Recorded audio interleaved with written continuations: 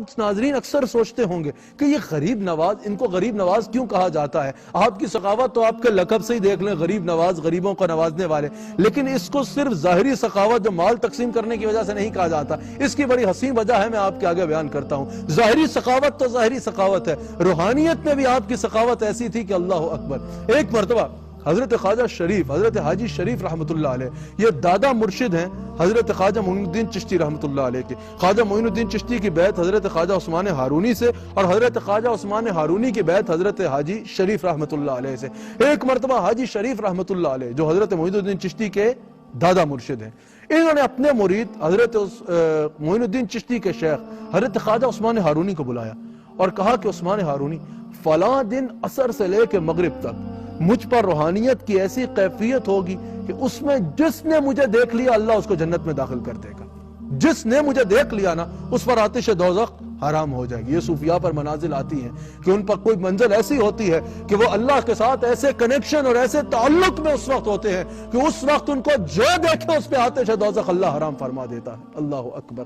حضرت خواجہ شریف نے کہا فلاں دن عصر سے مغرب میرے پہ ایسی کیفیت آئے گی کہ اس حالت میں جس نے مجھے دیکھ لیا اس پہ آتش دوزخ حرام ہے. لیکن عثمان ہارونی تم نے کسی کو بتانا نہیں ہے، کیونکہ اگر تم نے کسی کو بتا دیا نا تو وہ دیکھنے والا تو جہنتی ہو جائے گا، لیکن تمہارے ساتھ اس کا الٹ ہو جائے گا، کیونکہ تم یہ راز توڑو گے. یہ راز ہے، اگر تم نے اس راز کو توڑ دیا تو جس کو تم نے بتایا اس میں تو آتش دوزخ حرام ہو جائے گی، لیکن تمہارے ساتھ اس کا الٹ ہو جائے گا. حضرت عثمان ہارونی نے کہا حضرت میں کسی کو نہیں بتاؤں گا، ایک اجازت دے دیں میں اپنے مرید معین الدین کو یہ بات بتا دوں. معین الدین کو بتاؤں گا اور کسی کو نہیں بتاؤں گا. خواجہ شریف نے کہا اچھا چلو ٹھیک ہے، معین الدین کو بتا دینا، لیکن معین الدین کو بھی ساتھ یہ بتا دینا کہ اگر اس نے یہ بات آگے کسی کو بتائی تو اس کے ساتھ اس کا الٹ ہو جائے گا، وہ جنت میں چلا جائے گا، جس کو اس نے بتایا اور دیکھ لیا اس کو جہنم میں جانا پڑے گا. خواجہ عثمان ہارونی نے کہا بالکل ٹھیک ہے حضرت میں بتا دوں گا. اچھا معین الدین چشتی کو بتایا انہوں نے، اور ساتھ یہ بتا دیا کہ معین الدین تم نے کسی اور کو بتایا تو تمہارے ساتھ اس کا الٹ ہو جائے گا.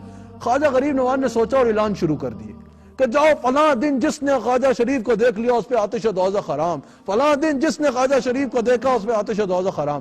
حضرت خواجہ شریف اس دن عصر کے بعد اپنے گھر سے باہر آئے تو دیکھا کہ مخلوق کا جم غفیر ہے جو ان کو دیکھنے حاضر ہے. انہوں نے جلال آیا، کہا کس نے بتایا ہے تمہیں؟ عثمان ہارونی کو بلاؤ. عثمان ہارونی حاضر ہوئے، کہا میں نے تمہیں بتایا نہیں تھا تمہارے ساتھ اس کا الٹ ہو جائے گا؟ کہا حضور آپ نے بتایا تھا، میں نے اجازت لی تھی معین الدین کی اور کسی کو نہیں بتایا.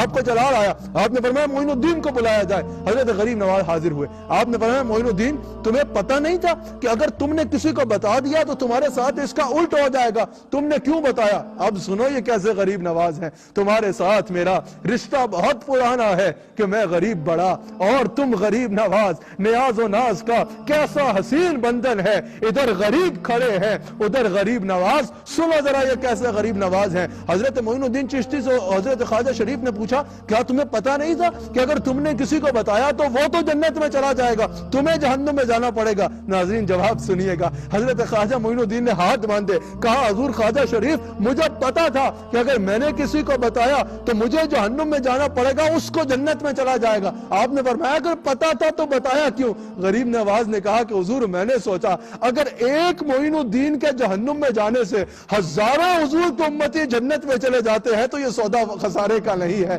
یہ سودا خسارے کا نہیں ہے. حضرت خواجہ شریف کو وجد آ گیا، آپ نے آنکھوں کو بند کیا، آنکھوں کو کھولا، کہا معین الدین تم جنتی ہو اور تم غریب نواز ہو، تم غریب نواز ہو. یہ ہے حضرت خواجہ غریب نواز رحمت اللہ تعالی علیہ. اللہ اکبر. ہمیں صوفیاء کے ایسا اشعار ملتا ہے، اللہ کے کامل ولی ہیں، دعا کرتے ہیں یا اللہ میرے جسم کو جہنم میں ڈال دے اور میرے جسم کو اتنا بڑا کر دے کہ جہنم بھر جائے تاکہ تیرا کوئی بندہ جہنم میں نہ آئے، سب کو جنت میں جانا نصیب ہو جائے. یہ صوفیاء کی اللہ کی مخلوق کے ساتھ محبت ہوتی ہے، یہ ان کا اللہ تعالیٰ کی مخلوق کے ساتھ تعلق ہوتا ہے.